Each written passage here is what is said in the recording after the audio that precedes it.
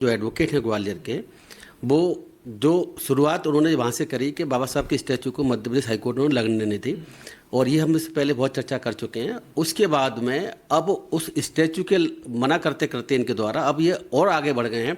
अभी बाबा साहब के अस्तित्व को ही खत्म करने की बात करने लगे हैं। पहले स्टैचू को ना लगाने की बात कर रहे थे, अब बाबा साहब के अस्तित्व को खत्म करने की बात कर रहे हैं। इसके अलावा वो SHC एक्ट को भी खत्म करने की बात कर रहे हैं और रिजर्वेशन खत्म करने की बात कर रहे हैं। तो ये जो अनिल मिश्रा हैं, मुझे लगता है कि इनके पीछे कोई ना कोई बड़ा हाथ है किसी का। ऐसा मैंने सुना है, कंफर्म नहीं कर सकते, किसी बड़े हाईकोर्ट सुप्रीम जज के रिलेटिव बताए जाते हैं, पर इसकी पुष्टि हम नहीं कर सकते, लेकिन ऐसा हमने कई मीडिया के माध्यम से सुना हुआ है।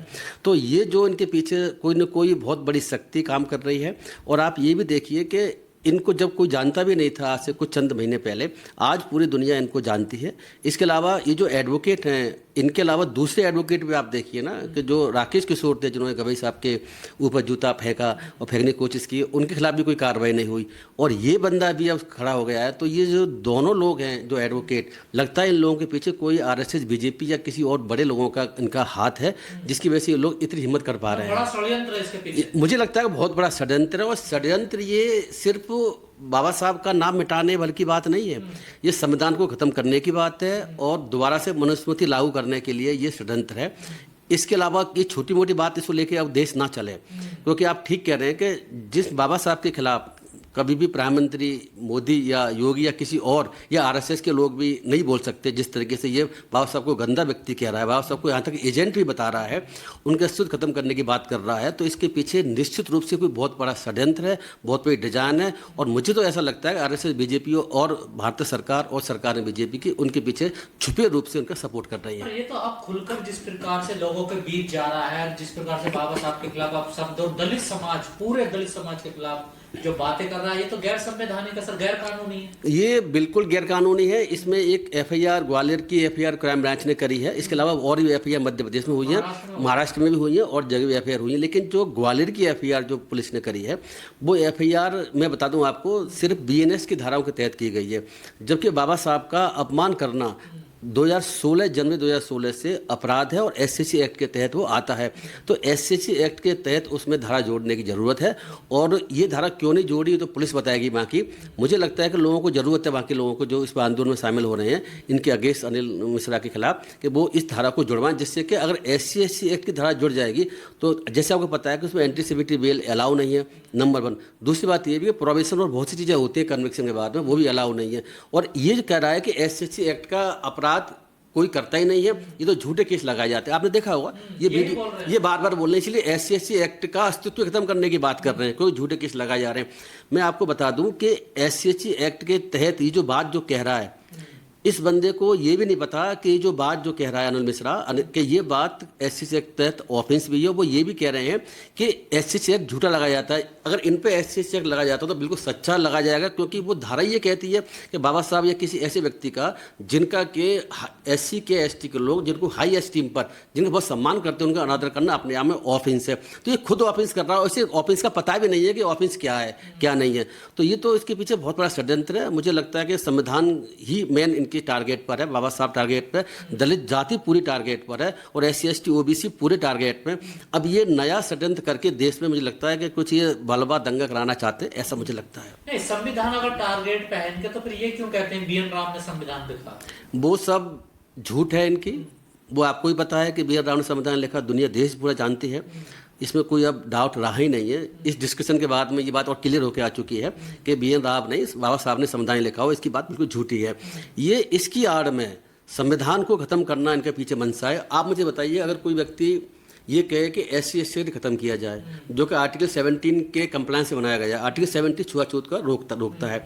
इसी तरीके से संविधान के तहत ही रिजर्वेशन मिलता है, तो रिजर्वेशन को खत्म करने की बात भी कर रहे हैं। ये अनादर कर रहे हैं, अपमान कर रहे हैं, उसको भी संविधान रोकता है किसी व्यक्ति का। ये कह रहे हैं अनिल मिश्रा, आप अगर देखें कि मुझे तो स्पीच और एक्सप्रेशन की स्वतंत्रता संविधान देता है, और मैं बाबा साहब के खिलाफ अगर कुछ ऐसी बातें कर रहा हूं तो मैं कर सकता हूं। इन्हें ये नहीं पता कि आर्टिकल 19(1)(a) संविधान का ये अधिकार देता है कि कोई व्यक्ति किसी के बारे में कुछ कह सकता है, लेकिन ऐसी कोई कमेंट करना जो अपमानजनक है या इंसल्ट करना, दंगा भड़क सकते हैं किसी तरीके, वो आर्टिकल 19(2) ही ये कहता है कि सरकार की ड्यूटी है कि वो इस संबंध में कानून बना करके इन चीज़ों को रोक दे। तो आर्टिकल 19(1) का अधिकार को 19(2) खत्म भी करता है अगर इस तरह के लोग इस तरह की बातें करने लगे। जैसे सपोज आप कोई हिंसा भड़काने की बात करें, कोई ये कि मतलब रेप करूंगा किसी का, वो कोई कहे मैं तो दलित के साथ ये करूंगा, तो क्या वो ऐसा कह सकता है? कहेगा तो वो हिंसा भड़क जाएगी, दो जातियों में वैमनस्य हो जाएगा, धर्म में वैमनस्य हो सकता है, तो इसलिए रोक लगाई गई। इनको ये बात भी नहीं पता ये एडवोकेट कैसे है। मैं तो आश्चर्यचकित हूँ कि इतनी लंबे समय की इनकी प्रैक्टिस बताया जाता है, एज तो इनकी काफ़ी नज़र आती भी है, तो इन्होंने पता नहीं कैसे वकालत करी है, कैसे कानून को समझा है। मुझे तो इनकी कानूनी जानकारी पर ही बहुत बड़ी डाउट है। या फिर मानसिक रूप से कोई दिक्कत है, ये सड़क पे जन्मदिन मनाने भी आ गए थे सर देखिए। ये बात ठीक है, मैं ऐसा तो नहीं कहूँगा मानसिक रूप से दिक्कत है, ये बिल्कुल प्री प्लान तरीके से सोच समझ रणनीति के तहत। कोई सभ्य आदमी कैसे केक काटेगा आके बताइए, चलती है उस पे। कोई बात नहीं, उस इशू को आप जो है कैसे देखना चाहें देख सकते हैं, ये बात आपकी ठीक है, लेकिन मैं इसको मानसिक रूप से दिवालियापन तो नहीं कह सकता, क्योंकि जो बंदा, आप सोचिए कि उसके साथ हजारों लाखों लोग जुड़ चुके हों, वो बाबा साहब के अस्तित्व खत्म करने की बात कर रहा है, एससी एक्ट को खत्म करने की बात कर रहा है, रिजर्वेशन को खत्म करने की बात कर रहा है, जगह जगह जाकर के आंदोलन कर रहा है, लाखों करोड़ लोग उससे जुड़ चुके हैं। वो ये कह रहा है कि अब धर्म तो शुरू हो चुका है, अब तो आगे सनातन की स्थापना की बात कर रहा है, सनातन की स्थापना की बात कर रहा है। तो आप समझिए कि ये जो लोग हैं जो चाहते हैं कि देश में सनातन धर्म की स्थापना हो, मनुस्मृति लागू हो, संविधान खत्म हो, और संविधान खत्म होगा तो आरक्षण और एससी एक्ट तो वैसे ही खत्म हो जाएगा, तो और दलितों को और गरीबों को और बाकी ओबीसी लोगों को, एसटी लोगों को जो अधिकार संविधान से मिले हुए वो सब खत्म हो जाएंगे। उनकी मंशा पीछे यही है। सर जैसा आपने कहा कि दो कम्युनिटी में मतलब एक दीवार, नफरत पैदा हुआ, संघर्ष भी हो सकता, तो क्या पुलिस को कार्रवाई नहीं करनी चाहिए जैसी बातें कर रहे हैं? संघर्ष देखने को पिछले दिनों मिला भी था सर, इतने बड़े बड़े आंदोलन हुए वहाँ पर। और इन्हीं की अनिल कुमार मिश्रा की वजह से तो वहाँ संघर्ष की स्थिति बनी थी, और पुलिस ने मेरे ख्याल से 144 धारा और बहुत सी धारा और भी आईपीसी के तहत धारा लगती है, बीएनएस के तहत। तो अब इन्होंने जो किया है कि इसमें कोई शक नहीं है, देश में मुझे लगता है कहीं संघर्ष, जातियों के बीच में दंगे भड़क सकते हैं, वैमनस्य तो फैलाई दिया इन्होंने, तो इसमें पुलिस को बहुत स्ट्रिक्ट एक्शन लेने की आवश्यकता है। मुझे लगता है कि इनको एनएसए में निरुद्ध करने की आवश्यकता है। अब आप देखिए ना कि वहाँ पर क्या हुआ था सोनम वांगचुक के साथ में लद्दाख में, उनको वो तो कभी भी ऐसी कोई बात ही नहीं करते थे, उसके बावजूद उनको एनएसए लगा दिया, उनको जेलें बंद कर दिया, आज तक उनकी जमानत भी नहीं हो रही है। सुप्रीम कोर्ट में केस चल रहा, वो भी लिंकन बार बार हो रहा है। इसी तरीके से ऐसे बहुत से लोग हैं जिन लोगों को जेलों में बंद रखा गया है, अब तक जमानत नहीं मिली। इस बंदे को तो सिक्योरिटी मिली हुई है। ये इतनी हिम्मत है इस बंदे की कि ये खुद जाकर के थाने में एसपी ऑफिस जाते हैं और कहते हैं कि भाई मुझे अरेस्ट करो, मेरे खिलाफ एफआईआर हुई है, पुलिस अरेस्ट नहीं कर रही। तो लगता है पुलिस भी चाहती है कि ऐसा जो माहौल खराब कर रहा है, माहौल खराब होने देना चाहती है। उसके पीछे मुझे लगता है सरकार भी इसमें इन्वॉल्व, ऐसा मैं कह सकता हूँ। सरकार इन्वॉल्व क्या? मध्य प्रदेश की कुछ दावे नहीं करती है, मध्य प्रदेश की सरकार इसमें इनके साथ है, भारत सरकार इनके साथ है। अगर वो साथ नहीं होती तो अब तक ये जेल में होता। बाबा साहब संविधान निर्माता, पहली बात तो, फिर करोड़ों लोगों की उनमें आस्था है, जैसे भी आप जानते हैं। गैर कानूनी है, असंवैधानिक, जैसे हमने बताया आर्टिकल 19(2) मना करता है, ऐसा नहीं कह सकते।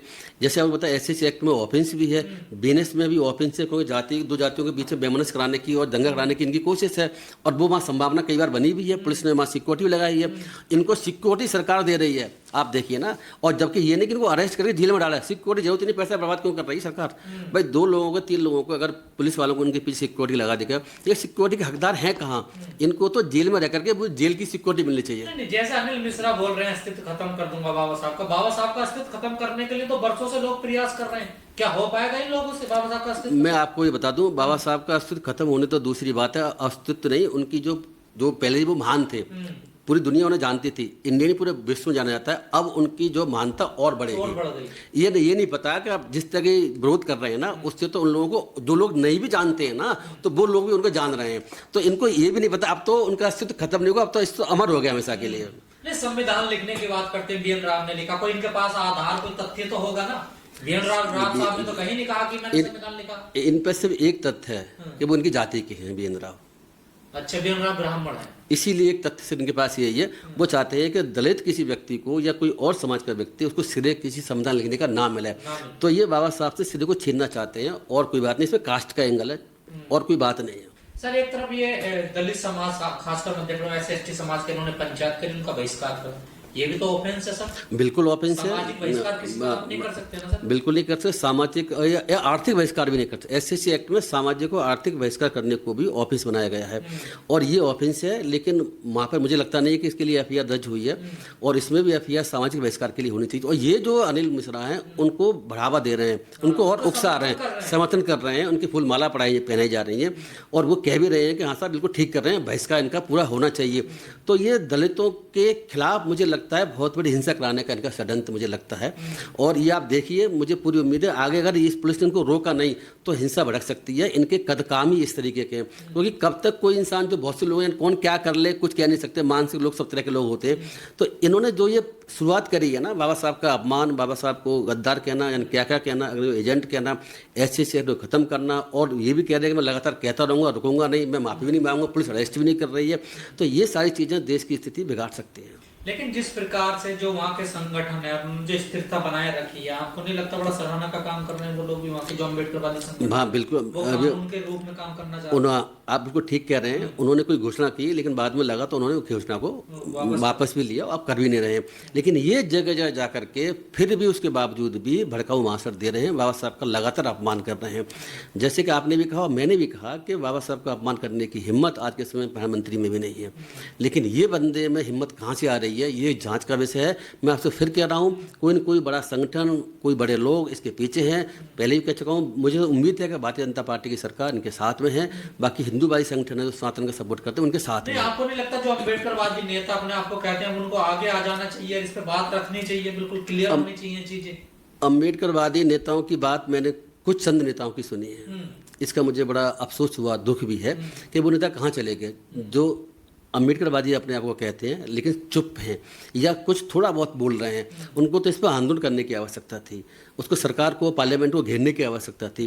खाली ट्वीट करने से बात नहीं बनेगी। लोग कह रहे हैं बड़ा मुद्दा ना बना जाए, कोई आदमी बोल रहा बोलने तो क्या फर्क पड़ता है? बड़ा मुद्दा ना बना जाए जब वो जगह जगह जाकर के पूरे शहर में, पूरे देश में जाकर के घोषणा कर रहा है कि जहाँ भी ऐसा कुछ होगा मैं पहुँचूंगा, पूरे देश में आंदोलन कर रहा है, वो सनातन धर्म की स्थापना द्वारा करने की बात कर रहा है, संविधान को एक तरीके से अंधाधुंध से खत्म करने की बात कर रहा है, बाबा साहब के अस्तित्व को नष्ट करने की बात कर रहा है, एससी को खत्म करने की बात करता है, रिजर्वेशन को खत्म करने की बात कर रहा है। आप ये बड़ा मुद्दा ना बनाइए, बड़ा मुद्दा बन चुका है। अगर हम लोगों ने इस मुद्दे को बड़ा रूप ना समझ करके छोटा रूप समझा तो हम बड़े नुकसान में रहेंगे। ये बता रहा हूँ आपको, ये आंदोलन के रूप में इनका ले लेगा और हम लोग पीछे रह जाएंगे। हमें बैकफुट पे आने की आवश्यकता नहीं है, हमें भी इससे बड़ा आंदोलन खड़ा करने की जरूरत है। आरक्षण तो ओबीसी को भी मिलता, तो ये तो 1585 वाला मामला हो जाएगा ना सर? 1585 मामला ही है, 1585 वाला मामला ही है। मैं तो अभी और भी देख रहा हूँ, कुछ सेना और भी जो कर्री सेना वगैरह इनके सब सपोर्ट में है। आप देख रहे हैं सवर सेना, कौन कौन सेना इनकी परशुराम कौन इनकी सपोर्ट में आ रही है। मैंने अभी एक जगह शायद मध्य प्रदेश में, राजस्थान में मैंने कहीं देखा कि कुछ संगठन है, नाम उसका भूल रहा हूँ, उस संगठन ने जो EWS आरक्षण है उसकी सीमा 10 से बढ़ाकर 20% करने की बात करी है, नंबर 1। दूसरा ये कि वो भी जो है वैसे जो आरक्षण है, सामाजिक आधार पर मिलता है हम लोगों को, बैकवर्ड उसको खत्म करने की बात की है। तो अब ये जो लोग तो पहले छोटे भैया छोटे मोटे संगठन के लोग थे, जिनको कि हम कह सकते हैं कि छोटा मोटा ग्रुप था जो अपनी ऐसी बात उठाता, लेकिन अब आज के समय में मुझे लगता है कि बड़े रूप में संविधान को खत्म करने की, रिजर्वेशन को खत्म करने की, SC एक्ट को खत्म करने की, बाबा साहब के अस्तित्व को मिटाने की जो बात कर रहे हैं, ये बहुत बड़ी बात है। अगर हम इसको छोटा मान के छोड़ देंगे तो हम बता रहे हैं अम्बेडकरवादी बड़े नुकसान में रहेंगे। नहीं सर, इन लोगों को समझ में नहीं आता जिस दिशा में देश को ले जाना चाह रहे हैं, इस पूरे मामले को ले जाना चाह रहे हैं, इसका अंजाम बहुत बुरा होगा देश में। बिल्कुल अंजाम बुरा होगा, और पहले भी ऐसा इस टाइप के लोग रहे हैं और जिन्होंने देश को बहुत कुछ उल्टा सीधा करवाया भी, देश में बहुत सारी चीज़ें हुई भी हैं। वो आप देखिए ना मणिपुर में क्या चल रहा है। ये मणिपुर को अगर आप देखें तो मणिपुर में 2 जातियों का ही संघर्ष है, मणिपुर में 2 जातियों का ही संघर्ष है। और जगह आप भूल जाइए, मणिपुर को आप ध्यान रखें। और वो संघर्ष किसकी देन है? वो संघर्ष भारतीय जनता पार्टी की देन है। भारतीय जनता पार्टी की सरकार ने, वहाँ की राज्य में भारतीय जनता पार्टी की सरकार थी, केंद्र में भारतीय जनता पार्टी की सरकार है और थी भी। इसके बावजूद भी इतना बड़ा मामला कैसे बन गया और इसमें कितने हज़ारों लोग मारे जा चुके हैं, बिल्कुल सरकार पंगु हो चुकी है वहाँ की। वो जम्मू कश्मीर जैसी स्थिति उनकी बन गई। देखो आप देख रहे होंगे कि बीजेपी गवर्नमेंट हमेशा कहती है कि जम्मू कश्मीर तो जो है, जो विवाद वहाँ चल रहा, लंबे समय चल रहा था, वो देन थी कांग्रेस की। लेकिन मणिपुर किसकी देन है? मणिपुर में इन लोगों ने चुप रह करके और इस तरह की रणनीति बनाई जिससे कि हमारा जाति संघर्ष हो सके और आगे बढ़ावा मिले, उसको रोकने के लिए इन्होंने कोई खास प्रयास नहीं किए अब रुक नहीं रहा इंसान। और अब रुक नहीं रहा। इसी तरीके से मुझे लगता है कि ये अनिल कुमार मिश्रा को नहीं रोकेंगे तो पता नहीं देश में क्या हो जाए, मुझे आशंका है। इसीलिए पुलिस को, सरकार को चाहिए इनके खिलाफ NSA से निरुद्ध करके 1-2 साल के लिए इनको जेल की हवा खवानी चाहिए। अनिल कुमार मिश्रा हैं, ये भी किसी के एजेंट हैं और ये एजेंट किसके हैं, मैंने कुछ चीज़ें इनके लिए निकाली हुई हैं। एक तो मनुस्मृति के एजेंट हैं, दूसरा ये छुआछूत के एजेंट हैं, ये असमानता के एजेंट हैं, भेदभाव के एजेंट हैं, अराजकता फैलाने के एजेंट हैं, इलीगल काम करने के एजेंट हैं, असंवैधानिकता फैलाने के एजेंट है, अमानवता के एजेंट है और RSS BJP के एजेंट है। ये बंदे जो है ये बंदा इतने चीज़ों का एजेंट है, ये सारी मानवता को नष्ट करना चाहता है। ये चाहता है कि फिर दोबारा से इस तरीके से दलित SC ST OBC के लोगों के जो हाल था वो उसी हाल में पहुंच जाएं और बाकी जो और लोग थे उन लोगों की सुप्रीमेसी बनी रहे, तो ये सब होने नहीं देंगे।